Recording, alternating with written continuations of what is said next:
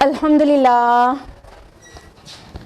وحدہ والصلاة والسلام علی من لا نبی بعد واعوذ باللہ من الشیطان الرجیم بسم اللہ الرحمن الرحیم طٰ ما انزلنا علیک القرآن لتشقی بسم اللہ الرحمن الرحیم رب اشرح لی صدری ویسر لی امری واحلل عقدۃ من لسانی یفقہوا قولی۔ میری عزیز سامعات، آپ سبھی کا درس قرآن مجید میں تہہ دل سے خیر مقدم ہے۔ السلام علیکم ورحمۃ اللہ وبرکاتہ۔ کیسے ہیں آپ سبھی لوگ؟ الحمدللہ۔ اللہ تعالیٰ آپ کو اچھا رکھے، آپ کی صحت کی حفاظت کرے، آپ کے ایمان کی حفاظت کرے۔ اللہ تعالیٰ آپ کو دنیا اور آخرت دونوں میں کامیابی اور ترقی اور کامرانی عطا کرے۔ اللہ تعالیٰ آپ سے راضی ہو جائے اور اللہ تعالیٰ کرے کہ ہم اور آپ سب مل کر جنت الفردوس میں پیارے نبی صلی اللہ علیہ وسلم کی رفاقت میں رہیں۔ آمین آمین۔ جزاک اللہ خیرا۔ درس قرآن مجید میں کیا چل رہا تھا؟ سورہ مریم مکمل ہو گئی تھی، تو نیکسٹ سورہ کون سی ہے؟ سورہ طٰ۔ سورہ طٰ کس نمبر کی سورہ ہے؟ سورہ نمبر 20۔ تو آج آپ لوگ تیار ہیں سورہ طٰ تفصیل سے جاننے کے لیے انشاءاللہ؟ ٹھیک ہے، تو پھر ہم لوگ آپ آئے ہی اسی لیے ہیں تو ہم دیر بھی کیوں کریں، شروع کرتے ہیں باقاعدہ سورہ طٰ کا درس۔ کیونکہ یہ سورہ سٹارٹ ہو رہی ہے تو جیسے کہ آپ لوگوں کو اچھی طرح سے پتہ ہے کہ جب کوئی نئی سورہ سٹارٹ ہوتی ہے تو پہلے اس کا انٹروڈکشن رہتا ہے، پھر ہی پہلی آیت پر ہم لوگ آتے ہیں، رائٹ؟ تو ہم لوگ آف لائن موڈ میں نئی سورہ سٹارٹ کرنے جا رہے ہیں، وہ ہے سورہ طٰ۔ سورہ طٰ مصحف میں جیسا کہ آپ لوگ خود بھی جانتے ہیں 20ویں نمبر کی سورہ ہے، اور اس کا جو نام ہے طٰ وہ آیت نمبر 1 سے ہی ماخوذ ہے۔ سٹارٹنگ میں ہی حروف مقطعات آئے ہیں، آیت نمبر 1 میں ہی طٰ وہی اس سورہ کی پہچان بن گیا ہے کہ یہ سورہ طٰ وہ والی سورہ ہے جس کی شروعات ہی طٰ لفظ سے ہوتی ہے۔ یہ بات سب کو پتہ ہے کہ کچھ سورتوں کا نام ان کا مرکزی مضمون ہوتا ہے اور کچھ سورتوں کا نام صرف ایک سمبولک ہوتا ہے کہ وہ ورڈ اس سورہ میں کہیں پر استعمال ہوا ہے، ٹھیک ہے؟ تو یہ ایک سمبولک نام ہے سورہ طٰ کہ یہ ورڈ آیا ہے اور پہلی ہی آیت میں آیا ہے۔ تو یہ ہو گیا نام کے متعلق تفصیلات۔ جہاں تک زمانہ نزول کی بات ہے تو یہ سورہ طٰ پریویس جو سورہ ہے سورہ مریم اس کے ہی متصل زمانے میں نازل ہوئی معلوم ہوتی ہے۔ تو یہ بات تو بالکل طے شدہ ہے کہ حضرت عمر رضی اللہ عنہ جب ایمان لائے تھے، کتنے نبوی میں ایمان لائے تھے عمر رضی اللہ عنہ؟ 6 نبوی میں۔ ماشاءاللہ آپ لوگ کی سیرت کی نالج بھی اچھی ہے، بارک اللہ فیک۔ تو حضرت عمر رضی اللہ عنہ 6 نبوی میں ایمان لائے تھے، یعنی 6th year of prophet hood میں۔ تو تب یہ سورہ نازل ہو چکی تھی، یعنی اسی کے اراؤنڈ یہ سورہ نازل ہوئی ہے۔ تو حضرت عمر رضی اللہ عنہ کا قبول اسلام کا جو واقعہ ہے اس میں اس سورہ کا ذکر ہے، اس لیے ہم آپ کو اس سورہ کا تاریخی پس منظر کے طور پر وہ واقعہ یاد دلائیں گے۔ امید کرتے ہیں کہ آپ میں سے اکثر لوگوں کو پتہ ہوگا، لیکن یہ آن لائن بھی چل رہا ہے تو ہو سکتا ہے یوٹیوب کے کچھ ویورز کو نہیں پتہ ہو۔ تو کیا ہوا تھا کہ حضرت عمر رضی اللہ عنہ رسول اللہ صلی اللہ علیہ وسلم کے خون کے پیاسے ہو رہے تھے، ایمان نہیں لائے تھے، 6 نبوی آ چکا تھا اور وہ تلوار سونت کر نکل گئے تھے کہ آج تو اس کا کام تمام کر دوں گا معذلہ۔ تو راستے میں ان کو ڈیویٹ کرنے کے لیے کسی نے کہہ دیا کہ پہلے اپنے گھر دیکھ لو، تمہاری بہن بہنوئی بھی ایمان لا چکے اسی محمد پر صلی اللہ علیہ وسلم۔ تو وہ ٹرن ہو گئے اپنی بہن کے گھر، ٹھیک؟ ان کی بہن فاطمہ بنت خطاب رضی اللہ عنہا، جو کہ اپنے شوہر سعید ابن زید رضی اللہ عنہ کے ساتھ ایمان لا چکی تھیں، اور یہ دونوں کو قرآن پڑھایا جا رہا تھا, قرآن سکھایا جا رہا تھا. اور کون سے صحابی تھے جو ان کو قرآن ٹیچ کر رہے تھے؟ کون بتائے گا؟ نو, کون بتائے گا؟ خباب بن ارت رضی اللہ عنہ. تو حضرت خباب ان کو قرآن ٹیچ کر رہے تھے, اس کا جو کچھ صفحات لے کر. تو عمر رضی اللہ عنہ جب داخل ہوتے ہیں تو حضرت خباب بن ارت رضی اللہ عنہ چھپ جاتے ہیں, کیونکہ جانتے ہیں کہ عمر رضی اللہ عنہ کا غصہ کتنا خطرناک ہے. تو وہ آ کر اپنی بہن سے پوچھنے لگتے ہیں اور اپنی بہنوں کے اوپر اتر پڑتے ہیں اور ان کو خوب پیٹتے ہیں, بہت مارتے ہیں حضرت سعید بن زید رضی اللہ عنہ کو. ان کو بچانے کے لیے ان کی بہن فاطمہ بنت خطاب رضی اللہ عنہ, جو کہ نہایت بہادر خاتون تھی, ان کو بہادری اپنے خاندان سے ملی تھی. جیسے عمر رضی اللہ عنہ بہادر تھے ویسے ہی فاطمہ بنت خطاب رضی اللہ عنہ بھی بہادر تھی. تو وہ بیچ میں آ جاتی ہیں, تو بہنوں کو مارتے مارتے بہن کو بھی لگ جاتی ہے اور بہن کے خون نکلنے لگتا ہے. تب جا کے وہ تھوڑا سا ٹھٹکتے ہیں عمر رضی اللہ عنہ, اور پھر حضرت فاطمہ بنت خطاب رضی اللہ عنہ کی زبان سے جب یہ نکلتا ہے کہ اے عمر, جو کرتے بنے کر لو, ہم تو محمد پر ایمان لا چکے. تو حیران رہ جاتے ہیں کہ ایسی کیا ان کے اندر داخل ہو گیا جو ان کی لائف اتنی چینج ہو گئی. تو تھوڑا سا ٹھہرتے ہیں, پھر کہتے ہیں اچھا دکھاؤ تم لوگ کیا پڑھ رہے تھے. تو اب جب ذرا سا اشارہ ملتا ہے تو خباب بن ارت رضی اللہ عنہ اندر سے باہر آ جاتے ہیں, اور جو کہ چھپے ہوئے تھے باہر آ جاتے ہیں. پھر حضرت فاطمہ بنت خطاب رضی اللہ عنہ وہ کہتی ہیں اپنے بھائی سے کہ پہلے جب تم غسل کرو تبھی ہم تم کو یہ چھونے دیں گے, پڑھنے دیں گے. تو عمر رضی اللہ عنہ غسل لیتے ہیں اور پھر ان کو قرآن سنایا جاتا ہے, اور وہ قرآن رہتا ہے یہی سورہ طٰہٰ. ایک ایک آیت پڑھی جاتی ہے اور ان کا دل بالکل قرآن کی طرف مائل ہو کر اللہ تعالیٰ کی طرف لگ جاتا ہے. اور حضرت خباب بن ارت رضی اللہ عنہ کو موقع مل جاتا ہے. وہ کہتے ہیں کہ تم کو مبارک ہو اے عمر, کیونکہ میں نے رسول اللہ صلی اللہ علیہ وسلم کو یہ دعا کرتے سنا ہے کہ عمرین میں سے کسی ایک کو اسلام کو ان سے طاقت دے. عمرین کون ہے؟ ایک عمر بن خطاب رضی اللہ عنہ اور دوسرا عمرو بن ہشام جو کہ ابو جہل کا نام تھا. ٹھیک ہے, تو اللہ کے رسول دعا کرتے ہیں کہ ان دونوں میں سے ایک کو ہدایت نصیب ہو جائے اور اس سے اسلام کو تقویت اور طاقت ملے. تو حضرت خباب بن ارت رضی اللہ عنہ موقع دیکھتے ہی کہتے ہیں کہ اب تم چل پڑو, مبارک ہو تمہیں.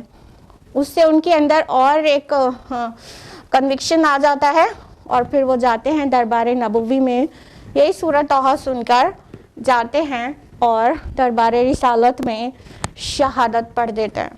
سبحان اللہ. تو یہ تھا سورہ طٰہٰ کا اثر حضرت عمر رضی اللہ عنہ کے اوپر. اوورآل قرآن کا اثر تھا, لیکن وہ جو قرآن پڑھا گیا تھا ان کے سامنے وہ تھی سورہ طٰہٰ. تو ان شارٹ عمر رضی اللہ عنہ کے قبول اسلام سے پہلے سورہ طٰہٰ نازل ہو چکی تھی. جہاں تک موضوع اور مباحث کی بات ہے تو یہ جو سورہ ہے اپنے آپ میں منفرد نظر آتی ہے, کیونکہ اس کا جو میجر پارٹ ہے وہ ایک رسول کی پوری سٹوری پر بیسڈ ہے. اور وہ کون سے رسول ہے؟ ایگزیکٹلی موسیٰ علیہ السلام. تو اگر اس سورہ کی سملیرٹی کسی اور سورہ سے ہے تھوڑی, تو وہ کس سے ہے؟ پہچانیے. نہیں, ایک رسول ایک نبی کے بارے میں پوری سورہ میں ڈسکس ہوا. ایگزیکٹلی, بارک اللہ فی, ماشاء اللہ, اللہ تعالیٰ آپ کے علم میں اضافہ کرے. تو اس سورہ کی جو سملیرٹی کسی سورہ سے آ رہی ہے تو وہ سورہ یوسف سے آ رہی ہے. سورہ یوسف میں بھی شروع سے لے کے آخر تک ایک ہی نبی کے بارے میں پورا قصہ ہے, اور سورہ طٰہٰ میں بس تھوڑی آیات حضرت موسیٰ علیہ السلام کے علاوہ دوسری ہیں. باقی جو اکثر حصہ ہے سورہ طٰہٰ کا وہ ایک ہی رسول, ایک ہی نبی حضرت موسیٰ علیہ السلام کے اوپر بیسڈ ہے. تو سورہ یوسف سے تھوڑا ملتی جلتی سورہ ہے. اور سورہ طٰہٰ ہے چونکہ اس میں موسیٰ علیہ السلام کے متعلق پورا قصہ ہے, بہت بڑا سا پارٹ. تو یہ اس کے جو مخاطب ہیں دیکھا جائے تو, یا اس کے جو مین آڈینس ہیں وہ کون ہیں؟ جیوز. یہودی, کیونکہ یہودی موسیٰ علیہ السلام کو مانتے ہیں. تو دیکھا جائے تو اس کا مین آڈینس یہودی ہیں, ٹھیک. اور اس سے جسٹ پریویس سورہ ہے, تو اس میں زکریا علیہ السلام, یحییٰ علیہ السلام, عیسیٰ علیہ السلام, حضرت مریم, ان کا تذکرہ بہت تفصیل سے ہے, دیگر انبیاء کا بھی ہے, لیکن ان کا ہی سب سے زیادہ ڈومینیٹنگ ہے. تو اس کے آڈینس, مین آڈینس کون ہے؟ کرسچنز. تو اس طرح کا بیلنس ہے کہ پریویس سورہ جو ہے اس کے جو مین آڈینس ہیں, یا یہ کہیں کہ اس کے جو مین مخاطب ہیں وہ ہیں کرسچنز, اور اگلی سورہ کے مین مخاطب ہیں جیوز. لیکن غور کرنے کی بات یہ ہے کہ جب یہ سورہ نازل ہوئی ہے, سورہ طٰہٰ, تو نہ وہاں مین مکہ میں نازل ہوئی ہے, نا سب کو معلوم ہے 6 نبوی, تو رسول اللہ صلی اللہ علیہ وسلم میں بھی مکہ میں ہی تھے, تو نہ وہاں مین جو مخاطب تھے, نہ وہاں جیوز تھے, نہ کرسچنز تھے. پھر بھی جیوز اور کرسچنز کے متعلق صورتیں نازل ہو رہی ہیں, یعنی عیسیٰ اور موسیٰ علیہما السلام کے متعلق اتنی تفصیلات آ رہی ہیں, اس کی وجہ پر غور کرنا چاہیے.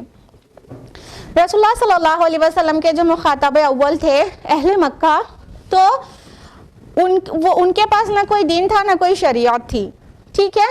وہ جیوز اور کرسچن سے کافی متاثر رہتے تھے. یہودیوں کی آبادی وہاں بہت زیادہ تھی, اور یہودیوں کی آبادی کی وجہ سے اور ان کے پاس شریعت ہونے کی وجہ سے, اللہ کی کتاب اور اس کے لا کانسٹیٹیوشن ہونے کی وجہ سے وہ بہت متاثر رہتے تھے جیوز سے, ٹھیک ہے. اور ادھر بغل میں حبشہ کی جو سلطنت تھی وہ عیسائی تھی, ٹھیک ہے. ایبیسینین رولر کیا تھا؟ کرسچن تھا نا, تو ادھر سے بھی تو متاثر رہتے تھے.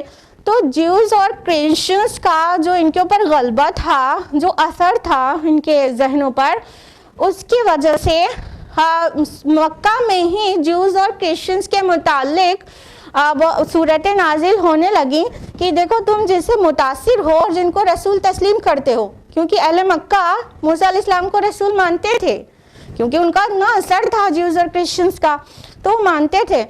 تو مکہ میں ہی جیوز اور کرسچنس کی ایکچول جو شریعت تھی, یا یوں کہا جائے کہ ان کے رسولوں کی جو مین دعوت تھی, اس کے متعلق آیات نازل ہونے لگی تھیں. تو اب اس سورہ کے جو پورا موضوع اور بحث ہے اس کی تفصیل میں جائیں گے تو پتہ چلے گا کہ موسیٰ علیہ السلام کا پورا قصہ بیان کرنے میں اہل مکہ کو کیا دینا مقصود تھا, اور اس سورہ کے بحث کیوں کر موسیٰ علیہ السلام کے اوپر ہے, اسے کس طرح ریلیٹ کرتی ہے رسول اللہ صلی اللہ علیہ وسلم کے مخاطب اول اہل مکہ سے, ایمان والوں سے بھی اور جو ایمان نہیں لائے تھے ان سے بھی. تو سب سے پہلی بات یہ کہ ان کا یہ اعتراض تھا رسول اللہ صلی اللہ علیہ وسلم کے اوپر کہ ارے تم نبی ہو تو تمہارے ساتھ فرشتے پروان کے کیوں نہیں آتے, تم بازاروں میں گھومتے ہو, کھانا کھاتے ہو, اور 40 سال ہمارے درمیان رہے, اچانک نبی ہونا کلیم کرنے لگے ہو. تو موسیٰ علیہ السلام کا قصہ بیان کر کے ان کو بتا دیا گیا کہ دیکھو جو بھی رسالت یا نبوت کلیم کرتا ہے وہ ایسا کوئی ہاتھی, گھوڑے اور لشکر لے کر نہیں آتا. دیکھو موسیٰ کو دیکھو علیہ السلام کہ وہ تو بس مدین سے واپس مصر کی طرف جا رہے تھے, اور راستے میں اس مدین سے مصر کے ایک مسافر کو راستے میں اللہ تعالیٰ ایڈریس کر لیتا ہے اور کہتا ہے کہ تم اللہ کے رسول ہو اور جاؤ جو مصر میں جو اتنا بڑا ٹائرنٹ رولر ہے فرعون, اس کو اللہ کی طرف بلاؤ اور بنی اسرائیل کو وہاں سے ریلیز کراؤ. تو موسیٰ بھی تو کوئی لشکر نہیں لے کے گئے تھے, اور کوئی مطلب ان کے ساتھ بھی پرا باندھ کے فرشتے نہیں تھے, تو تم موسیٰ کو تسلیم کرتے ہو کہ وہ اللہ کا رسول ہے. تو دھیان دو کہ وہ بھی نہ ہی ڈھول تاشے بجاتا ہوا فرعون کے پاس گیا تھا اللہ کے دین کی دعوت دینے, اور نہ ہی بہت بڑا لشکر لے کر گیا تھا. جب اس نے مدد مانگی تھی تو اللہ تعالیٰ نے اس کی مدد کے لیے ان کے بھائی ہارون کو پیش کیا تھا. تو ایک تو یہ بات سمجھانا جو اس کے اندر سے اپنے آپ نکل کر آتی ہے, یہ سمجھانا مقصود ہے. دوسری بات, رسول اللہ صلی اللہ علیہ وسلم ان کو جس بات کی دعوت دے رہے تھے, بنیادی دعوت کیا تھی؟ توحید اور آخرت. تو موسیٰ علیہ السلام کی جو دعوت تھی اس سے ریلیٹ کر کے دکھا دیا گیا کہ کوئی نئی بات نہیں ہے. جو ہمارا رسول محمد عربی صلی اللہ علیہ وسلم آپ کو پیش کر رہا ہے وہ کوئی نئی بات نہیں ہے، کوئی انوکھی بات نہیں کرنے لگا ہے جو تم بالکل پیٹ دکھانے لگے ہو کہ یہ کون سی نرالی بات ہو گئی، ہم اتنے سارے معبود کو چھوڑ کر ایک اللہ کی عبادت کیوں کرنے لگے۔ تو یاد رکھو کہ موسیٰ کی بھی تو یہی دعوت تھی علیہ السلام، موسیٰ علیہ السلام نے بھی تو یہی توحید کی اور آخرت کی دعوت دی تھی فرعون کو اور بنی اسرائیل کو۔ اس کے علاوہ اہل مکہ نے رسول اللہ صلی اللہ علیہ وسلم پر جو اعتراضات کیے اور جو ہتھ کنڈے اپنائے آپ کی دعوت کو زخم پہنچانے کے لیے اور آپ کی دعوت کو ناکام کرنے کے لیے، موسیٰ علیہ السلام کے ایک قصے کو سنا کر دکھا دیا گیا کہ یہی سارے ہتھ کنڈے اپنائے تھے فرعون نے بھی موسیٰ علیہ السلام کے خلاف اور خوب سازشیں کی تھیں، وہی سازشیں جو آج تم کر رہے ہو۔ اتنا بڑا جبار جو ہے حاکم، اس نے بھی یہی سازشیں کی تھیں، لیکن الٹیمیٹلی کیا ہوا؟ فتح کس کو ملی اور شکست کس کو؟ غالب کون ہوا اور مغلوب کون؟ تو دکھا دیا گیا کہ موسیٰ علیہ السلام غالب آئے تھے نہ کہ فرعون۔ تو تم جو حرکتیں کر رہے ہو تو اپنی بربادی کا انتظار کرو۔ ساتھ ہی ساتھ مسلمانوں کو ایک تسلی بھی ہے کہ دیکھو موسیٰ علیہ السلام بھی ایسے ہی خالی ہاتھ جا کر کھڑے ہو گئے تھے فرعون کے سامنے، کوئی لشکر نہیں تھا، کوئی طاقت نہیں تھی، بس اللہ کی مدد تھی ان کے ساتھ اور ایک بھائی تھا ہارون علیہ السلام۔ تو لیکن الٹیمیٹلی کیا ہوا کہ غلبہ اس کو ملتا ہے، فتح اس کو ملتی ہے جس کے اوپر اللہ کا ہاتھ ہوتا ہے۔ تو اے مسلمانوں تم بھی اللہ پر بھروسہ رکھو، تم حق پر ہو، غالب تم ہی رہو گے۔ تو ایک طرف تو مسلمانوں کو بھی یہ تسلی مل رہی ہے اور دوسری طرف کفار کو یہ وارننگ مل رہی ہے کہ جو فرعون کا انجام ہوا اس سے ڈرو۔ اس کے علاوہ بنی اسرائیل کی کچھ تاریخی شہادتیں پیش کر کے ان کو بتا دیا گیا کہ یہ جو بت پرستی ہے نا جو تم کر رہے ہو اے اہل مکہ، یہ بت پرستی یہ بھی کوئی نئی بات نہیں ہے اور یہ انتہائی مضحکہ خیز چیز تھی، مضحکہ انگیز چیز تھی جو موسیٰ علیہ السلام کے فالوورز نے بھی کی تھی، انتہائی ریڈیکیولس انداز میں، بہت ہی دیکھا جائے تو فنی تھا وہ ان کا طریقہ۔ کیا تھا کہ جو سامری نے زیورات لیا اور اس کا بچڑا بنا دیا اور کہا یہ معبود ہے ہمارا اور تمہارا۔ تو اتنا فنی اور اتنا اسٹوپڈ کہنا چاہیے، اتنا سینسلیس ہوتا ہے یہ بت پرستی کا مطلب کانسیپٹ۔ تو تم آج جو لات عزیٰ منات اور ہبل کی پرستش کر رہے ہو اللہ کے ساتھ، تو وہ بھی اتنا ہی مضحکہ انگیز ہے۔ اس کے علاوہ یہ بھی بتا دیا گیا کہ جو ہمارا نبی جس بت پرستی سے تمہیں روک رہا ہے، موسیٰ علیہ السلام بھی اتنا ہی غضبناک ہوئے تھے اس بت پرستی کے کرنے پر۔ تو تم کو جب موسیٰ کو نبی تسلیم کرتے ہو تو تمہیں کیا ہوا کہ ہمارے آخری نبی کو تم تسلیم نہیں کرو۔ یہ پورا موسیٰ علیہ السلام کے قصے پر مشتمل باتوں کا ایک خلاصہ تھا۔ پھر اس کے بعد قرآن کو پیش کیا گیا کہ یہ ایک یاد دہانی ہے اور نصیحت ہے، مان لو گے تو فائدہ تمہارا ہے، نہیں مانو گے تو نقصان تم آپ اٹھاؤ گے۔ اس کے بعد آدم اور ابلیس کا قصہ بیان کر کے واضح کیا گیا کہ اے اہل مکہ، تم جس روش پر چل رہے ہو نا، یہ شیطانی روش ہے، یہ شیطانی کام ہے، یہ شیطانی انداز فکر ہے سوچنے کا۔ کیا کہ غلطی کرنا، پھر اس پر اڑ جانا اور نصیحت کی طرف بلایا جائے تو نہیں پلٹنا۔ شیطان کے وسوسے سے اور شیطان کے ٹریپ سے کوئی ہارڈلی ہی بچ سکتا ہے، لیکن سمجھداری یہ ہے کہ آدم کی طرح کہ غلطی ہو جائے، شیطان کے چھیڑ میں آ بھی جائے تو پھر پچھتائے، توبہ کرے اور اپنے اعمال کی اصلاح کرے اور پلٹ جائے اللہ کی طرف۔ سمجھداری یہ ہے۔ تو تم جو کر رہے ہو وہ ابلیسی کام ہے، تم کو ہمارا نبی بلا رہا ہے حق کی طرف اور تم نہیں مان رہے ہو اور اپنی غلطی پر اڑے ہوئے ہو، تو یہ ابلیسی انداز فکر ہے، اور جو لوگ ایمان لے آئے ہیں وہ آدم کے طریقے پر ہیں کہ غلطی ہوئی تھی، چلو وہ بھی کبھی شرک کرتے تھے، لیکن محمد رسول اللہ صلی اللہ علیہ وسلم نے دعوت دی تو وہ اپنے شرک سے باز آ گئے اور اللہ کی طرف پلٹ گئے.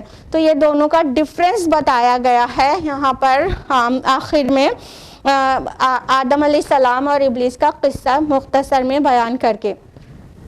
پھر سورہ کنکلیوڈ ہوتی ہے کہ اے نبی صلی اللہ علیہ وسلم آپ ان کے معاملے میں بے صبری اور جلدی نہ کریں. اللہ تعالیٰ کی ایک سنت ہے کہ وہ ہر کسی کو مہلت عمل دیتا ہے، جب ان کی مہلت عمل پوری ہو جاتی ہے تب ہی ان کو پکڑتا ہے.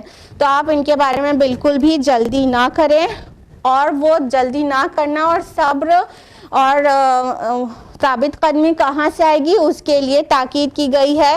صبر کریں، تحمل سے کام لیں، قناعت اختیار کریں، اور نمازوں کی پابندی کریں، اللہ کی صبح شام تسبیح کریں. تو یہ سارے جو صفات ہیں، یہ سارے اوصاف حمیدہ ہیں، وہ سب آپ کے اندر آ جائیں گے. اور رضا بقضا رہیں، کیونکہ دعوت کے کام میں یہ سارے اوصاف نہایت ضروری ہیں ایک داعی کے اندر ہونا. اس طرح یہ سورہ کنکلیوڈ ہو گئی ہے. تو سٹارٹنگ میں ہی ہم نے آپ کو سورہ کی پوری سمری بتا دی کہ اس کا جو مضمون ہے وہ ایکچولی کیا ہے. اب ہم لوگ باقاعدہ سورہ کی شروعات کریں گے آیت با آیت. اعوذ باللہ من الشیطان الرجیم، بسم اللہ الرحمن الرحیم. طٰ. آیت نمبر 1 حروف مقطعات پر مشتمل ہے. طٰ. طٰ حروف مقطعات ہیں. آپ کو پتہ ہے حروف مقطعات کیا ہوتے ہیں؟ بتائیے، کون بتائے گا؟ الگ الگ پڑھے جانے والے حروف. ٹھیک ہے، تو حروف مقطعات کے بارے میں ہم اکثر ہی آپ کو بتایا کرتے ہیں. اس کا حقیقی معنی اللہ تعالیٰ کے علاوہ کوئی نہیں جانتا. اس کے متعلق کئی اقوال ہیں. بہرحال اس میں ایک قول یہ بھی ہے کہ چیلنج کے طور پر قرآن میں رکھا گیا، کیونکہ لوگوں کو سمجھ میں بھی نہیں آتا اور ان کی زبان بھی ہے نہیں سمجھ میں آتا. تو بہت سارے اقوال ہیں. بہرحال آن دا ہول یہ بات سب کے درمیان متفقن علیہ ہے کہ اس کا ایکچوئل میننگ، حقیقی معنی اللہ تعالیٰ ہی جانتا ہے. لیکن کچھ حروف مقطعات کو اسکالرز نے، مفسرین نے ان کو ایکسپلین کرنے کی کوشش کی ہے. جو حروف مقطعات ہے اس سے سورہ کا کچھ نہ کچھ ریلیشن شو کیا ہے. تو ابن عباس اور متعدد تابعی کے نزدیک طٰ کا معنی ہے یا رجل، او مین، اے شخص. ٹھیک ہے، کچھ کے نزدیک یہ اللہ تعالیٰ کے اسماء میں سے ایک اسم ہے، لیکن زیادہ لوگوں کے نزدیک، زیادہ اسکالرز کے نزدیک یہ رسول اللہ صلی اللہ علیہ وسلم کا ایک اسم ہے طٰ، کیونکہ اس کی جو میننگ جو مختلف زبانوں سے حاصل ہوتی ہے اس کا معنی ہے یا رجل، اے شخص. تو یہ رسول اللہ صلی اللہ علیہ وسلم کے لیے مانتے ہیں زیادہ تر لوگ. آیت نمبر 2 ہے ما انزلنا علیک القرآن لتشقی. ہم نے آپ پر قرآن اس لیے نازل نہیں کیا کہ آپ مشقت میں پڑیں. اب اس کے لیے پھر سے آپ کو اس کانٹیکسٹ میں جانا پڑے گا جو لائٹس ہم نے ابھی بتایا ہے اور سورہ مریم میں بھی بہت تفصیل سے بتایا تھا کہ مکہ میں رسول اللہ صلی اللہ علیہ وسلم کو دعوت دیتے ہوئے 5-6 سال گزر گئے ہیں اور وہ ڈینائی ہی کیے جا رہے ہیں، انکار ہی کیے جا رہے ہیں اور مان کر نہیں دے رہے ہیں. تو رسول اللہ صلی اللہ علیہ وسلم بہت رنجیدہ ہوتے تھے، بہت دل میں آپ کو تکلیف ہوتی تھی، اور اس تکلیف کو قرآن نے جگہ جگہ الفاظ میں اس کی عکاسی کی ہے. پچھلی سورہ جو ہے سورۃ الکہف، اس کی آیت نمبر 6 بھی آپ کو یاد ہوگی کہ فَلَعَلَّكَ بَاخِعٌ نَفْسَكَ عَلَىٰ آثَارِهِمْ إِن لَّمْ يُؤْمِنُوا بِهَٰذَا الْحَدِيثِ أَسَفًا. کہ اے نبی شاید آپ اپنے آپ کو گھوٹ ماریں گے، آپ اپنے آپ کو ہلاک کر دیں گے ان کے پیچھے کہ ایمان نہیں لا رہے ہیں اس بات پر، یعنی قرآن پر. اس سے بھی پتہ چلتا ہے رسول اللہ صلی اللہ علیہ وسلم کو کس درجے کا غم تھا ان کے ایمان نہ لانے کی وجہ سے. اور سملر آیت سورۃ الشعراء سورہ نمبر 26 آیت نمبر 3 میں بھی ہے کہ لعلک باخع نفسک الا یکونوا مؤمنین، کہ شاید آپ اپنے کو ہلاک کر ڈالیں گے کہ یہ لوگ ایمان نہیں لا رہے ہیں۔ تو یہ سارے آیات سے پتہ چلتا ہے کہ رسول اللہ صلی اللہ علیہ وسلم انتہائی غمزدہ رہتے تھے اس بات پر کہ یہ ایمان کیوں نہیں لا رہے ہیں۔ تو اس میں سے ایک فیلنگ آپ کو اور کبھی کبھی آ جاتی تھی، کہیں ایسا تو نہیں کہ میری طرف سے کوئی کوتاہی ہو رہی ہے، کوئی کمی ہو رہی ہے، میں پوری طرح سے نہیں پہنچا پا رہا ہوں۔ تو رسول اللہ صلی اللہ علیہ وسلم اپنے اوپر اور زیادہ مشقت لینے لگتے تھے، اور زیادہ ان کو مطلب تکلیف اور پریشانی کے حالات میں بھی بس ان کو پہنچا رہے ہوتے، مطلب اپنے اوپر ایک مشقتی شاقہ مطلب اوڑھ لیتے کہ کسی طرح ان تک جو بات اللہ نے میرے سے پہنچانے کے لیے بولی ہے میں پہنچا سکوں اور یہ ان کو بات سمجھ میں آ جائے۔ تو ایک تو یہ مطلب ہے کہ ہم نے اس قرآن کو اس لیے نازل نہیں کیا کہ آپ مشقت میں پڑ جائیں، تو ایک تو یہ مطلب ہے۔ دوسرا، رسول اللہ صلی اللہ علیہ وسلم جب تہجد پر کھڑے ہوتے تھے قیام اللیل پر، تو آپ بہت زیادہ قرآن پڑھتے تھے اور بہت لمبا قیام کرتے تھے۔ تو آپ اتنا زیادہ قرآن پڑھتے تھے ایک رکعت میں کہ آپ کے پائے مبارک میں بہت زیادہ ورم آ جاتا تھا، سویلنگ ہو جاتی تھی بہت زیادہ۔ تو اللہ تعالیٰ فرما رہے ہیں کہ اے نبی صلی اللہ علیہ وسلم، ہم نے قرآن کو اس لیے تو نہیں نازل کیا کہ آپ مشقت میں پڑ جائیں۔ یعنی اگر اس معنی میں لیں قرآن کے ریسیٹیشن کے معنی میں، قیام کے حالت میں، تو اس کا مطلب ہوگا کہ جتنا آپ سے آسانی سے بیئر ہو سکے آپ اتنا پڑھیں۔ اور اگر پہلا معنی جو میں آپ کو بتا رہے ہیں مفہوم اس کو لیں، تو اس کا مطلب ہوگا کہ آپ کا کام ہے پہنچانا، یہ نہیں مان رہے ہیں تو آپ کا کوئی بھی فالٹ نہیں ہے اس میں، آپ فردر مشقت نہ اٹھائیں۔ اس کے علاوہ اس کا جو مشقت ہم کہہ رہے ہیں، مشکل کہہ رہے ہیں، اس کے علاوہ بھی ایک اور معنی ہوتا ہے، جو تشقیٰ ورڈ آیا ہے اس کا ایک معنی ناکامی اور نامرادی کا بھی ہے۔ کیسے؟ دیکھیے، اگر تشقیٰ جو ورڈ ہے اس کو شین قاف سے مشتق سمجھا جائے، اس سے ڈیرائیوڈ سمجھا جائے، تو اس کا معنی ہوگا یقیناً مشقت اور محنت، اوور برڈن، ٹھیک ہے، اور بہت زیادہ اوور لیبر۔ اور اگر جو تشقیٰ ورڈ ہے اس کا جو روٹ لیٹرز ہیں وہ شین قاف اور یا مانا جائے، اس سے مشتق سمجھا جائے، تو اس کا معنی ہوگا ناکامی اور نامرادی کے۔ تو اگر اس معنی میں لیں گے کہ ہم نے قرآن اس لیے نہیں نازل کیا ہے کہ آپ ناکام ہو جائیں، you would fail، آپ نامراد ہو جائیں، نہیں، اس لیے نہیں نازل کیا ہے، بلکہ یہ تو اس عزم کے ساتھ نازل ہوا ہے کہ آپ کو عظیم کامیابی ملے گی اور آپ ہرگز ناکام اور نامراد نہیں ہوں گے۔ اے نبی صلی اللہ علیہ وسلم، آپ مت گھبرائیے، آپ مت ڈریے، آپ ناکام نہیں ہوں گے، یہ دعوت آپ کی عظیم الشان کامیابی پہ اینڈ ہوگی۔ تو یہ بھی معنی نکلے گا، اور یہ بھی نکلے گا کہ مشقت میں آپ نہ پڑ جائیں۔ کیا قرآن حکیم واقعتاً ہمارے اور آپ کے لیے، سب سے پہلے تو رسول اللہ کے لیے اور ساتھ میں پھر ہمارے اور آپ کے لیے مشقت میں ڈالنے کے لیے نازل ہوا ہے؟ کیا لگتا ہے آپ لوگوں کو؟ نہیں نا؟ لیکن آج کی جو آئیڈیالوجی ہے اور جو پریکٹس ہے وہ تو کچھ ایسی ہی لگتی ہے جیسے کہ قرآن مشقت میں ڈالنے کے لیے نازل ہوا ہے۔ ابھی ہم آپ کو بہت ریسنٹ پاسٹ کا، ابھی بہت حال کا ہی ایک واقعہ بتاتے ہیں۔ میرے بھائی جان ایک محفل میں گئے، وہاں پر ایک کتاب، ہم کوئی آئیڈینٹیفیکیشن نہیں بتانا چاہتے، بہت جنرل آپ کو بتانے جا رہے ہیں، وہاں پر ایک کتاب لے کر اس کا درس ہو رہا تھا، ٹھیک ہے، اور کچھ بزرگ لوگ بیٹھے ہوئے تھے، زیادہ جو میجورٹی تھی وہ ایجڈ لوگوں کی تھی اور ینگ لوگ کم تھے، اور ایک صاحب ایک کتاب لے کے اس کا درس و تدریس کر رہے تھے، اور وہ یہ سکھا رہے تھے کہ قرآن کو سمجھنا عام انسان کے بس کی بات نہیں ہے۔ یہ جو آج کل لوگ نکل آئے ہیں کہ قرآن آپ کے بھی سمجھ میں آئے گا، آپ کے بھی، تو سب کے سمجھنے کے لیے یہ نہیں ہے۔ مطلب تھا یہ علماء کیٹیگری کے لوگوں کے سمجھنے کے لیے ہے. یہ سکھایا جا رہا تھا, بقیہ لوگ سب ہاں میں ہاں ملا رہے تھے. ایک دم ابھی کی بات بتا رہا, فیو ڈیز پہلے کی آپ کو بات بتا رہے ہیں. 21st سینچری میں جہاں سائنس ٹیکنالوجی ایڈوانس ہونے کے ساتھ ساتھ ریشنل تھنکنگ اور لاجک بھی اسٹرانگ سے اسٹرانگر ہوتی چلی جا رہی ہے, کیا یہ بلیویبل ہے کہ جو کتاب انسانیت کے ہدایت کے لیے نازل ہوئی ہو وہ اسی انسان کو نہ سمجھ میں آئے؟ کیا یہ ماننے لائق بات ہے؟ اللہ تعالیٰ کہتے ہیں ہدی للناس, یہ لوگوں کے لیے ہدایت نامہ ہے.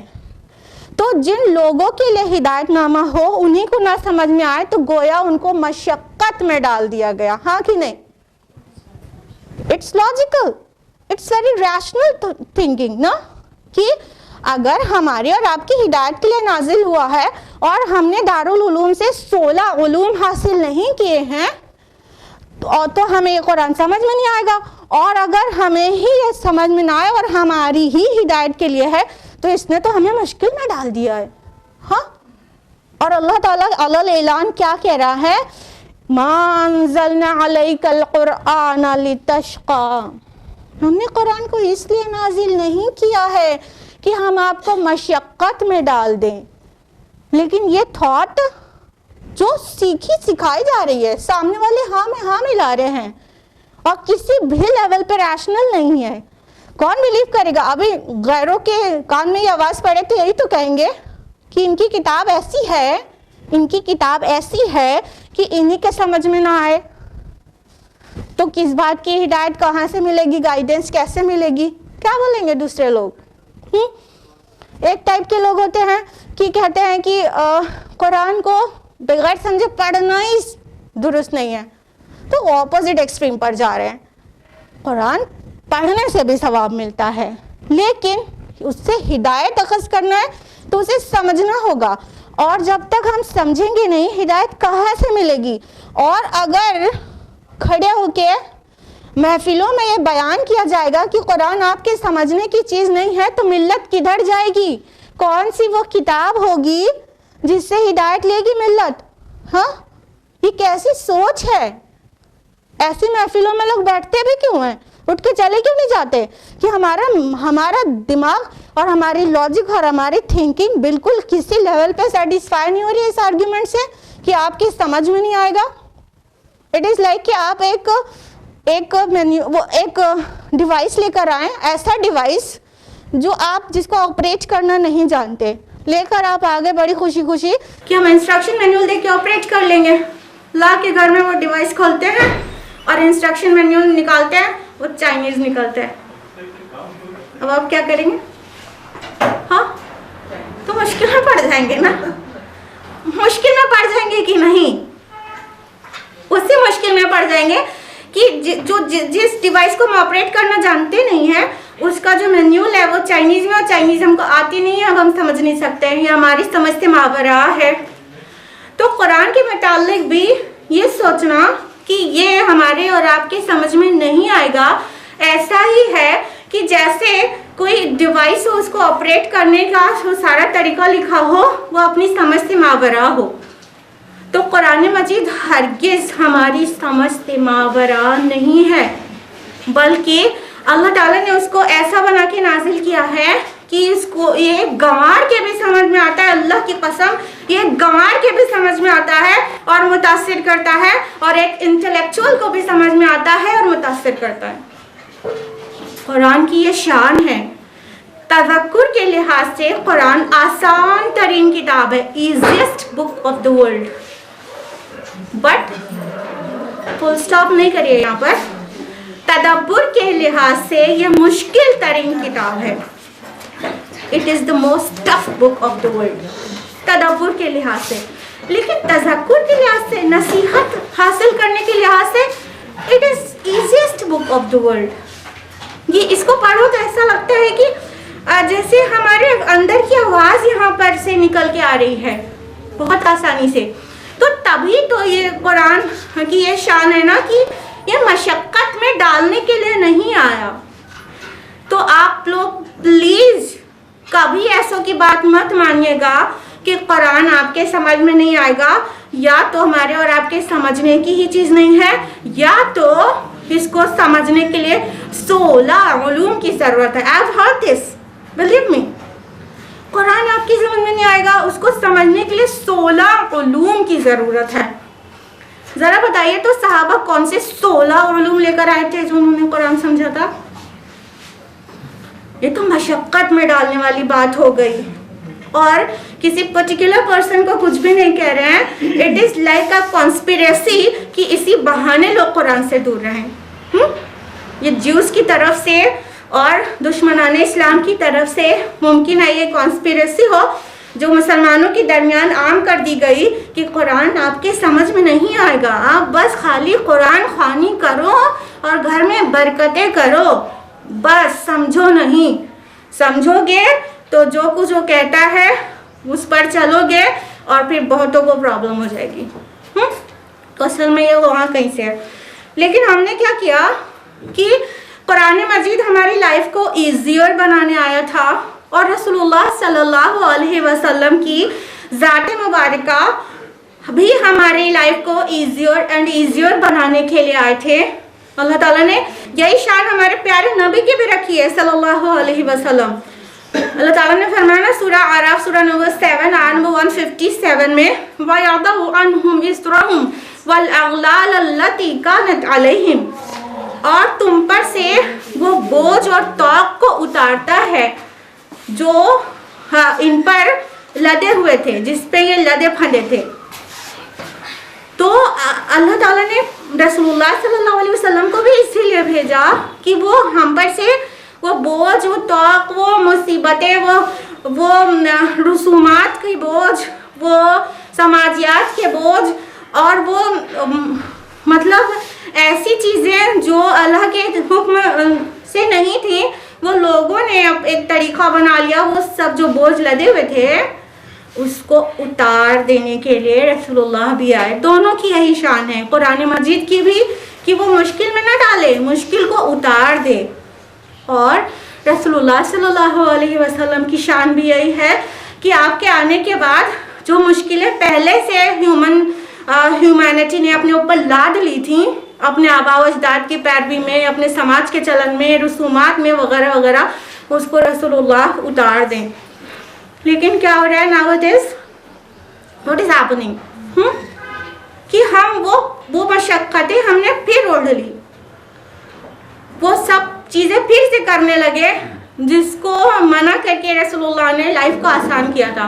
مثال کے طور پر دیکھ لیجیے سسٹم آف نکاح دیکھ لیجیے، بہت سی مثالیں بے شمار، ہم تو تھوڑی سی دے رہے ہیں نا. سسٹم آف نکاح دیکھ لیجیے، اللہ تعالیٰ کے رسول کی سنت کے طریقے پر نکاح کرنا کتنا آسان ہے، کتنا ایزی ہے. ہاں کوئی مسئلہ نہیں. جس والد کے 6 بیٹیاں ہوں اس کو بھی پورا مطلب پیر پسار کے آرام سے وہ سو سکتا ہے، کیونکہ اس کو اپنی بیٹی کے نکاح میں ایک دمڑی بھی خرچ کرنے کی ضرورت نہیں ہے. وداؤٹ اے سنگل پینی وہ اپنی بیٹی کو بیاہ سکتا ہے اسلامی طریقے سے، جو رسول اللہ کی سنت ہے. ہاں تو رسول اللہ نے کتنا آسان کر دیا، کتنا آسان کر دیا. لیکن ہم نے کیا کیا، ہم نے سماج سے متاثر ہو کر خصوصاً اس بر صغیر میں، دوسری جگہوں پہ ایسے بہت زیادہ نہیں ہوتا لیکن ہوتا ہے، ان کی شانداری بھی وہاں اور دوسرے ملکوں میں بھی ہونے لگی ہے. لیکن یہ بر صغیر میں سب کانٹیننٹ میں، انڈیا، پاکستان، بنگلہ دیش، یہاں نکاح کیسے ہوتے ہیں، اس کو نکاح بھی نہیں بچاتے، بس خالی نکاح کو ایک رسم بنا دیا، اس کے علاوہ پورا فارمیٹ لوکل کلچر سے لے لیا. تو اب کیا ہے کہ اب کسی کی 2 سے 3 بیٹیاں ہیں تو بیٹی پیدا ہوتے ہی اسے ایک برڈن آ جاتا ہے کہ جہیز اکٹھا کرنا اور ان کے زیورات بنانا اور باراتیوں کے مطلب خاطر کرنا اور یہ فانوس لگوانا اور یہ قالینیں بچھوانا اور انہیں ڈنر دینا اور لاد پھاند کے پورا گرہستی جو ہے زندگی بھر کی بیٹی کے لیے اتنی ڈھیر ساری دینا. مصیبت نے مول لے لیا اپنے اوپر خود سے. جو بیٹیوں کی ماں ہیں انہیں تو بہت تکلیف ہوتی ہے کہ ہاں یہ تو بہت مطلب مشقت والی بات ہے، لیکن جن کے پاس بیٹے ہیں وہ سوچتے ہیں کہ مفت کی انکم ہے. ہاں یہ پھر سے ہم نے مشقت لے لیا. اور کئی اسلامک ٹیچنگز ہیں، قرآنک اور پروفیٹک ٹیچنگز ہیں جس کو اس وے میں نہیں فالو کر رہے ہوتے جس وے میں اللہ تعالیٰ نے اور اللہ کے رسول نے بتایا، تو پھر سے مشقت میں پڑ جاتے ہیں۔ ایک چیز آپ لوگوں نے دیکھا ہوگا، بہت ساری احادیث میں آپ کو رسول اللہ صلی اللہ علیہ وسلم نے بیمار کی عیادت کے لیے ریکمینڈ کیا نا، بیمار کی عیادت کرنا بہت ہی اچھی بات ہے، بہت ہی پسندیدہ ہے۔ سچ میں ایسا ہے، اگر کوئی بیمار ہو اور اس کے گھر والے کے علاوہ کوئی اسے پوچھنے بھی نہ آئے تو کتنا لونلی فیل کرے گا نا، لگے گا میرے اچھے برے وقت کا کوئی ساتھی ہی نہیں ہے، کتنی مشکل میں پڑ جائے گا۔ ہو سکتا ہے ہاسپٹل میں ہو تو ڈیوٹی لگانے کے لیے کوئی نہ ہو کہ کچھ ٹائم کوئی ہاسپٹل میں رہ لے اور جو اٹینڈنٹ ہے تو وہ کبھی گھر پہ آ جائے نا، تو بیمار کی عیادت کرنا اچھی بات ہے۔ لیکن ہم لوگ کبھی کبھی کچھ چیزوں کو اس وے میں فالو کرتے ہیں کہ وہ آسانی کے وجہ سے ہمارے پیارے نبی کی سنت تھی اور وہی چیز مشکل بن جاتی ہے۔ مطلب اب بیمار کہیں کوئی پڑ جاتا ہے تو پھر اس کو دیکھنے کے لیے لوگ آتے ہیں، ہم نے کہا یہ نا سنت ہے کہ رسول اللہ صلی اللہ علیہ وسلم کی سنت ہے نا، اور ہائیلی اینڈ ہائیلی ریکمینڈیڈ ہے کہ کوئی بیمار ہو جائے تو اس کی عیادت کی جائے، ٹھیک۔ لیکن اس اتنی پیاری سی سنت کو جو آسانی کے لیے ہے تاکہ کوئی اکیلا نہ محسوس کرے، کوئی ضرورت ہو تو کسی کے ہیلپ کے لیے لوگ آتے جاتے رہیں، پتہ چلے، بہت ساری اس میں حکمتیں ہیں، اتنی پیاری سی سنت ہے، لیکن ہم اس کو اس وے میں فالو کرتے ہیں کہ وہ جو سنت آسانی کے لیے تھی وہ مشکل میں بدل جاتی ہے۔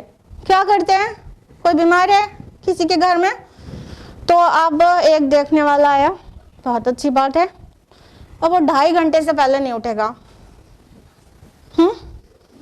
اب بیمار بھی کبھی تکلف میں اٹھ کے بیٹھ گیا اور اٹینڈنٹ کو ٹرے بھر کے ناشتہ لا کے لگانا پڑ رہا ہے۔ برا مت مانیے گا پلیز، پازیٹیولی لیجئے، ٹھیک ہے۔ اٹینڈنٹ کو بیمار کی خدمت بھی کرنی ہے اور یہ جو عیادت کے لیے آیا ہے وہ اس کے سامنے ناشتہ پانی چائے سب کچھ لگانا ہے۔ ابھی ایک جانے نہیں پایا، دوسرا آ گیا، وہ 3-4 لوگ تھے، پھر ان کے سامنے ناشتہ لگانا ہے۔ اٹینڈنٹ گھر کا کام کرے، بیمار کی خدمت کرے، یا تو پھر ایک کے بعد ایک 2-2 2.5 3 گھنٹہ رکنے والے عیادت کرنے والوں کے مہمان نوازی کرے۔ ہم آپ سے کیوں بول رہے ہیں یہ سب باتیں؟ کیونکہ ہم لوگ جیسے سنت کی روح کو بھلا دیتے ہیں اور اس کے جسم کو کبھی پکڑ کر بھی اتنی ہی مشکل میں خود بھی پڑ جاتے ہیں، دوسروں کو بھی ڈال دیتے ہیں۔ یہ آپ کو دوسرے کے پہلو سے بولا جائے تو عجیب لگے گا، لیکن آپ جب خود آپ کے گھر میں لوگ بیمار ہوتے ہیں تو پتہ چلتا ہے کہ نہیں، اور آپ کچھ بھی بولنے کی پوزیشن میں نہیں ہوتے۔ تو ہونا کیا چاہیے تھا کہ کوئی آتا اور حال خیریت لیتا، 8 سے 10 منٹ میں وہ اٹھ کے چلا جاتا اور کہتا کوئی چائے نہیں، کوئی ناشتہ نہیں، پھر کبھی۔ اگر یہ طریقہ ہم اپنائیں، صحیح سنت کو فالو کریں، ہمارے پیارے نبی نے اس کام کو آسانی کے لیے رکھا تھا، مشکل میں ڈالنے کے لیے تو نہیں۔ اسی طرح مہمان نوازی کا معاملہ ہے کہ مہمان نوازی اچھی چیز ہے، ہمیشہ ریکمینڈ کی جاتی ہے، لیکن ہمارے یہاں کی مہمان نوازی اتنی عجیب ہوتی ہے کہ عورتوں کی کمر ٹوٹ جاتی ہے، ہاں کہ نہیں؟ تو یہ تھوڑے نا اللہ کے رسول کی سنت اور صحابہ کی سنت ہے۔ جو کوئی آتا، جو کچھ حاضر ہوتا رکھ دیتے، نہ کھلانے والا اتنی شان بگاڑتا کہ دیکھو میں اتنا بڑھیا میں کھانا بناتی ہوں اور اتنا بڑھیا میں گارنشنگ کرتی ہوں، نہ وہ اپنی شان بگاڑتا، اور نہ کھانے والا مین میخ نکالتا اور عیب نکالتا، اور یہ نہیں رکھا تو میٹھا نہیں تھا تو پانی ٹھنڈا نہیں تھا، یہ سب کہتا۔ جو حاضر ہوتا رکھ دیا جاتا اور وہ کھا لیتا اور چلا جاتا۔ ہاں، یہ مہمان نوازی کا طریقہ تھا۔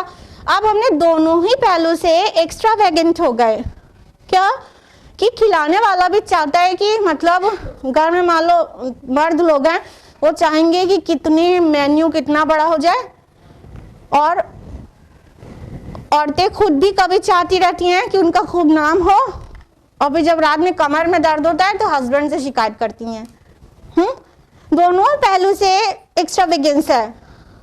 نہ ہی میزبان کو اتنا زیادہ ایکسپیکٹ کرنا چاہیے کہ اتنی شان سے سٹارٹر الگ ہو تو مین کورس الگ ہو, ڈیزرٹ الگ ہو.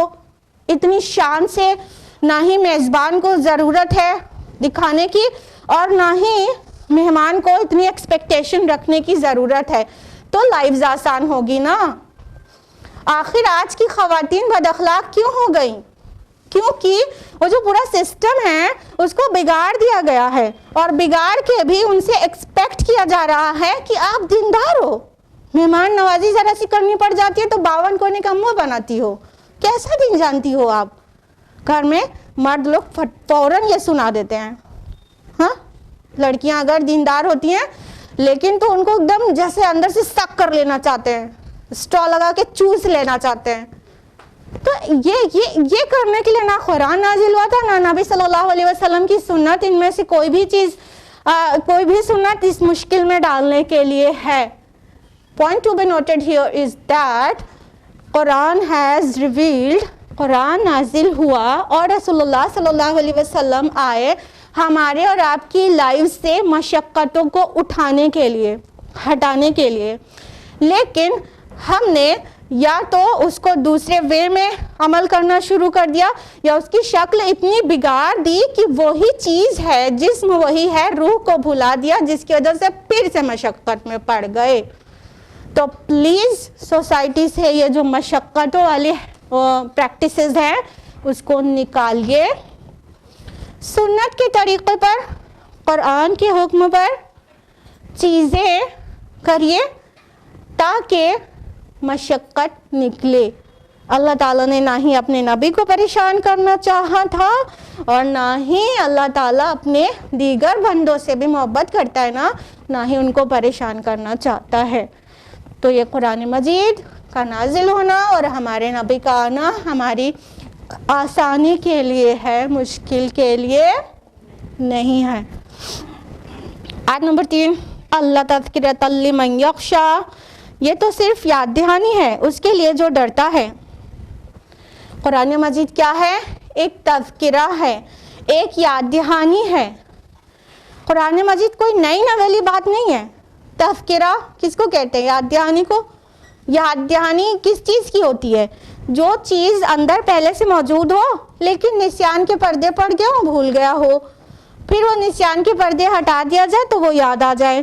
ہاں, تو قرآن یاد دہانی ہے, کوئی نئی نویلی بات نہیں ہے. وہ اندر انسان کی فطرت میں بھی وہی ٹیچنگز انکلکیٹڈ ہیں اللہ سبحانہ و تعالیٰ کی طرف سے. اللہ تعالیٰ نے وہ آلریڈی ہمارے اندر انسٹل کر دی ہے اور اسی کو بظاہر میں کتاب کی شکل میں دے دیا ہے. تو جب قرآن پڑھا جاتا ہے تو ایک سلیم الفطرت انسان کو ایسا محسوس ہوتا ہے کہ یہ تو میرے اندر کی آواز ہے, یہی تو میرا دل چاہتا ہے, یہی تو میری روح کہتی ہے.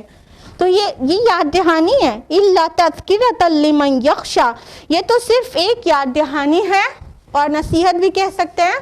لمن یخشی, جو جس کے اندر خشیت ہے. جیسے کہتے ہیں وہ بقرہ میں پڑھتے ہیں نا, الف لام میم ذالک الکتاب لا ریب فیہ ھدی للمتقین, یہ متقیوں کے لیے ہدایت ہے. تو کیا صرف متقیوں کے لیے ہدایت ہے؟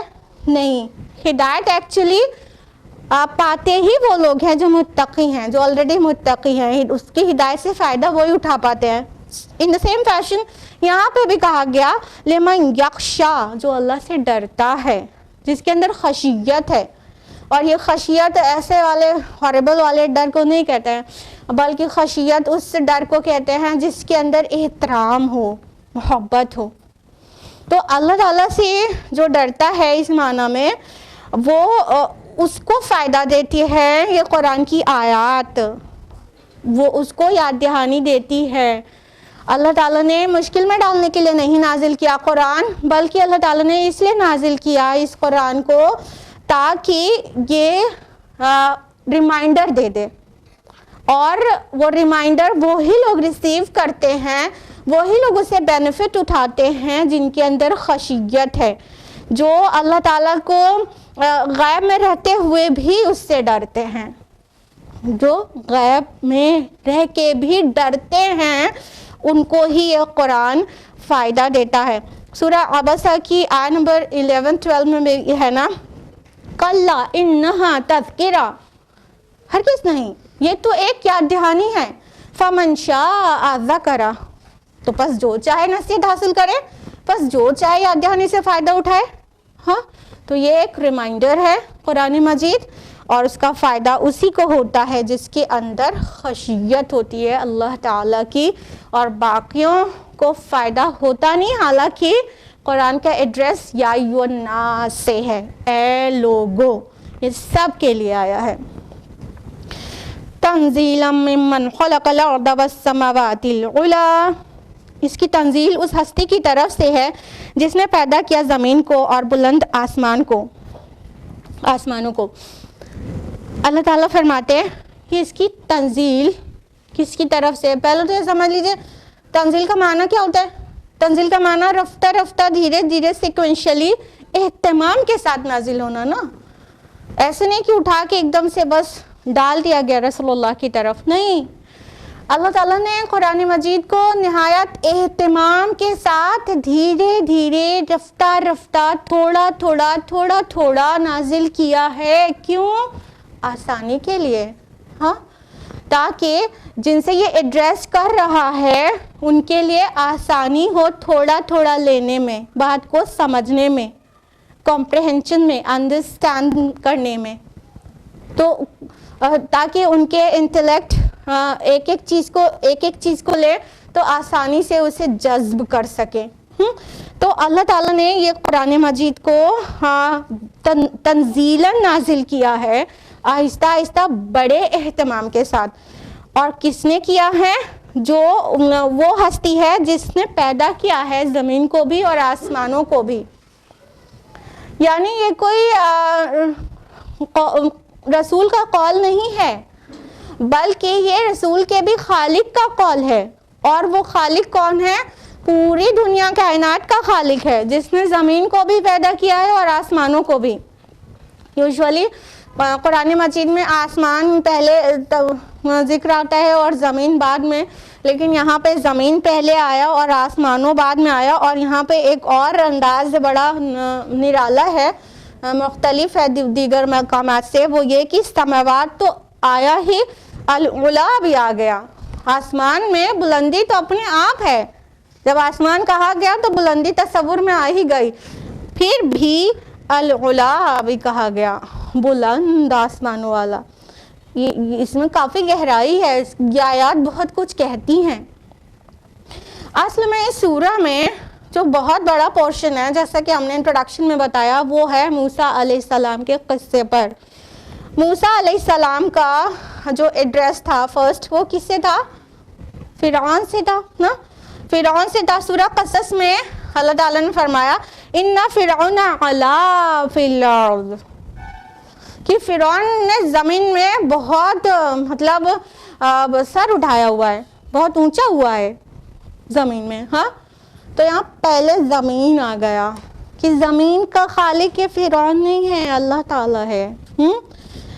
فرعون کے لیے آیا علا فی الارض، اللہ تعالیٰ نے اپنے لیے فرمایا والسماوات العلی، بلند آسمانوں کا خالق، اس کی طرف سے آیا ہے، اللہ تعالیٰ کی طرف سے آیا ہے۔ یہ کوئی نہ شاعر کا قول ہے اور نہ ہی کوئی ایسی لغو بات اور نہ ہی رسول کا قول، بلکہ خالق ارض و سما کی طرف سے آیا ہے، بڑے اہتمام کے ساتھ، رفتہ رفتہ کر کے، بڑی شان کے ساتھ۔ الرحمن علی العرش استوى، یعنی رحمان جو عرش پر متمکن ہے۔ اب اس کو اور زیادہ ایمفیسائز کیا جا رہا ہے کہ ابھی سماوات بھی آ گیا، علا بھی آ گیا، اونچائی، بلندی، سب کچھ آ گیا، اس کے اوپر ایک اور بلندی، العرش استوى، جو عرش پر مستوی ہے۔ اس سے پہلے اللہ تعالیٰ کی ایک صفت آئی ہے الرحمن۔ یعنی یہ جو پوری سورہ کا جو قصہ ہے فرعون اور موسیٰ علیہ السلام کے متعلق، تو وہ فرعون کیا تھا؟ وہ فرعون ٹائرنٹ تھا، اس نے زمین میں بڑا فساد کیا ہوا تھا، وہ بہت بڑا ظالم بادشاہ تھا. تو اللہ تعالیٰ اپنے کو انٹروڈیوس کرے الرحمن، یہ بنایا تو ہے سب اس نے، اتنا اونچا تو ہے، لیکن وہ بہت رحم کرنے والا ہے، وہ بہت رحم کرنے والا ہے. وہ اس کی صفت رحمت ہے کہ اس نے قرآن نازل کیا. الرحمن علم القرآن، رحمان نے نازل کیا قرآن. تو یہ اللہ تعالیٰ کی صفت رحمت کا ظہور ہے قرآن مجید کا نزول. تو قرآن مجید پیش کیا جا رہا ہے کس کے پاس سے آیا ہے؟ رحمان کی طرف سے. علی العرش استویٰ، جو عرش پر مستوی ہے. استوا کا جو معنی ہے اصل میں وہ استیلا ہے، جس کی میننگ ہوتی ہے اقتدار اور اختیار کے. یعنی امام رازی نے تفسیر کبیر میں یہی میننگ اختیار کی ہے. تو یہ مطلب استوا فی العرش کا مطلب یہ ہوتا ہے کہ اللہ تعالیٰ کے ہاتھ میں پورا اقتدار ہے، پوری حکومت ہے، پورا اختیار ہے.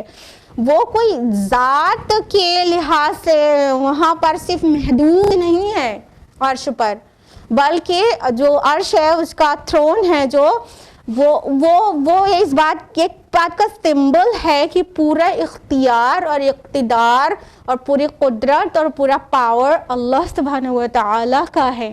یہ یہاں پر سمجھنا بہت اہم ہے، کیونکہ یہاں پر اس کے میننگ اور مفہوم میں بہت لوگ جاتے ہیں. لَهُ مَا فِي السَّمَاوَاتِ وَمَا فِي الْأَرْضِ وَمَا بَيْنَهُمَا وَمَا تَحْتَ الثَّرَىٰ، اسی کا ہے جو کچھ آسمانوں میں ہے، جو کچھ زمین میں ہے، جو کچھ ان دونوں کے مابین ہے، اور جو کچھ زمین کے سب سے نچلے طبقے کے نیچے ہے. اللہ تعالیٰ نے آگے فرمایا کہ اسی کا ہے جو کچھ آسمانوں میں ہے. اب آگے فرعون کا قصہ ہے نا، تو یاد رکھیں کہ وہ کتنے صرف مصر پر حکومت کر رہا تھا، اور اللہ تعالیٰ کی حکومت کہاں تک ہے؟ زمین میں، پورے آسمان میں. اور جب آسمان کی بلندی اور زمین کی گہرائی تحت الثری کہہ دیا گیا، تحت الثری کا معنی ہوتا ہے گیلی مٹی. تو اس کا جو مطلب ہوا کہ زمین کے اندر جو مٹی ہے، مطلب مٹی کو تو ہم لوگ سوائل کو ایکچولی زمین سمجھتے ہیں نا، تو مٹی زمین کا جو آخری لیئر ہے مٹی کی وہ گیلی ہے، اس کے نیچے پانی ہے. تو وہ گیلی مٹی تک بھی اللہ ہی کی ملکیت ہے. کہنے کا مطلب اس کے نیچے پانی ہے، اس کے نیچے وہ لاوا ہے، تو وہاں پہ کسی اور کی ملکیت ہے نہیں.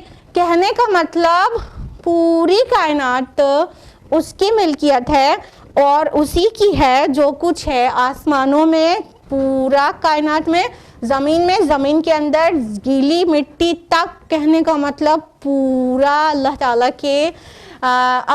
کا ہے، اس کا جو مالک ہے اور جو اس کا اونر ہے.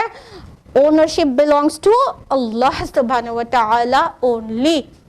تو اللہ تعالیٰ کہہ رہے ہیں کہ یہ فرعون کیا ہے؟ اللہ تعالیٰ تو پوری کائنات کا اونر ہے، مالک ہے.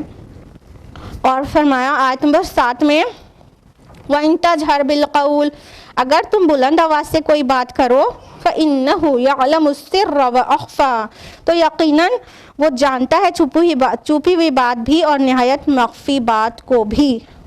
اللہ تعالیٰ آگے فرما رہے ہیں کہ اگر تم کوئی بات بلند آواز سے کہو وہ بھی جانتا ہے. یعنی تم اگر تیز آواز سے اللہ تعالیٰ کو پکارو تو وہ بھی سنتا ہے، لیکن اللہ تعالیٰ کو صرف تیز آواز سے پکارو تو ہی نہیں سنتا، بلکہ چھپی ہوئی بات کو بھی سر آیا، چھپی ہوئی بات کو بھی سنتا ہے. سر کے آگے وہ اخفا آیا، اور اس سے بھی خفیہ بات کو بھی سنتا ہے.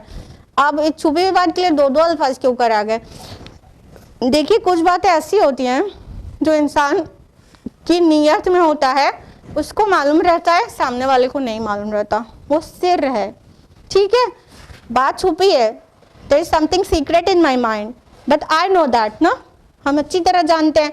تو کوئی ایک تو جان رہا ہے نا، secret is known by at least one person, isn't it؟ ایک آدمی تو جانے کا سیکرٹ. ہاں، اور باقی جب ہم کسی بات کے لیے کہتے ہیں نو اٹس ٹاپ سیکرٹ، تو جو کہہ رہا ہوتا ہے اس کو تو پتہ رہتا ہے نا. اب آگے اس کے لیے سمجھ لی سر آیا، پھر آیا وہ اخفا اور مخفی بات کو بھی. اب سر سے بھی مخفی بات کون سی ہو سکتی ہے؟ یعنی سیکرٹ سے بھی سیکرٹ کیا ہو سکتا ہے؟ کچھ باتیں انسان کی ایسی ہوتی ہیں جو اس کے تحت الشعور میں ہوتی ہے، اس کے سب کانشیس مائنڈ میں ہوتی ہے، جس کو وہ خود بھی نہیں جانتا رہتا. اس کے لیے اخفا آیا ہے، خود بھی نہیں جانتا رہتا. تو اللہ تعالیٰ وہ بھی جانتا ہے جو تم چھپاتے ہو، اور وہ بھی جانتا ہے جو تم سے خود بھی چھپا ہوا ہے. سیکرٹ سے بھی سیکرٹ. تو ایسی چیز جو انسان خود بھی نہیں جانتا رہتا. کبھی آپ لوگوں نے سنا ہوگا کہ کسی کو کوئی ایسے ڈریم آ جاتا ہے خوفناک، پھر وہ گھبرا جاتا ہے، پھر وہ سائیکیٹرسٹ کے پاس جاتا ہے، تو سائیکیٹرسٹ اس کو سائیکولوجیکل ایکسپلینیشن دیتا ہے کہ it was nothing but your childhood memory. یہ آپ کے سب کانشیس مائنڈ میں اسٹور تھا، آپ کی بچپن کی میموری، وہی آپ کے خواب میں ظاہر ہو گئی. یوزولی ایسا سائیکالوجی میں پوری طرح سے فرائڈ نے بھی اور بہت سے سائیکالوجسٹ نے اس بات کو ثابت کیا ہے کہ جو خواب میں جو چیز دکھتی ہے اس کا ریلیشن کس سے اور کس سے اور کس سے ہوتا ہے. ٹھیک ہے، تو کبھی کبھی بچپن کی میموریز بھی خواب میں ایسے آ جاتی ہیں. تو اب وہ تو انسان کو خود بھی نہیں پتہ رہتا نا، تو اللہ تعالیٰ اس کو بھی جانتا ہے. مطلب سیکرٹ آف دا سیکرٹ. تو یہاں پر یہ آیت کیا مفہوم دے رہی ہے کہ اے نبی صلی اللہ علیہ وسلم، آپ مت سمجھیے کہ ہم سے کچھ بھی چھپا ہوا ہے. آپ کتنی تکلیف میں ہیں، ان کی کتنی فکر ہے آپ کو، یہ نہیں مان رہے ہیں تو آپ کیسا غم لے رہے ہیں، آپ پہنچانے کے لیے کتنا کنسرنڈ ہے. آئی نو ایچ اینڈ ایوری تھنگ. آپ کے اندر تک کی بات بھی ہم جان رہے ہیں، سب کچھ جان رہے ہیں. مت سمجھیے کہ ہم کچھ بھول گئے ہیں. جیسے کہ سورہ مریم کے آیت نمبر 64 میں ہے نا، وَمَا كَانَ رَبُّكَ نَسِيًّا، اور تمہارا رب بھولنے والا نہیں ہے. یہ نبی صلی اللہ علیہ وسلم کو تشفی اور تسلی کے لیے اس طرح کی آیات آتی رہتی ہیں کہ اے نبی، آپ کا رب نہ کچھ بھولا ہے، نہ آپ کے رب سے کچھ چھپا ہے، وہ جان رہا ہے ساری چیز، اور آپ پوری طرح سے اس کی نظر میں ہیں.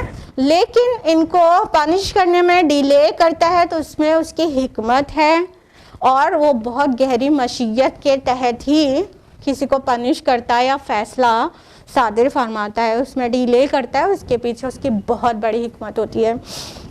اللہ لا الہ الا ہو لہ الاسماء الحسنی.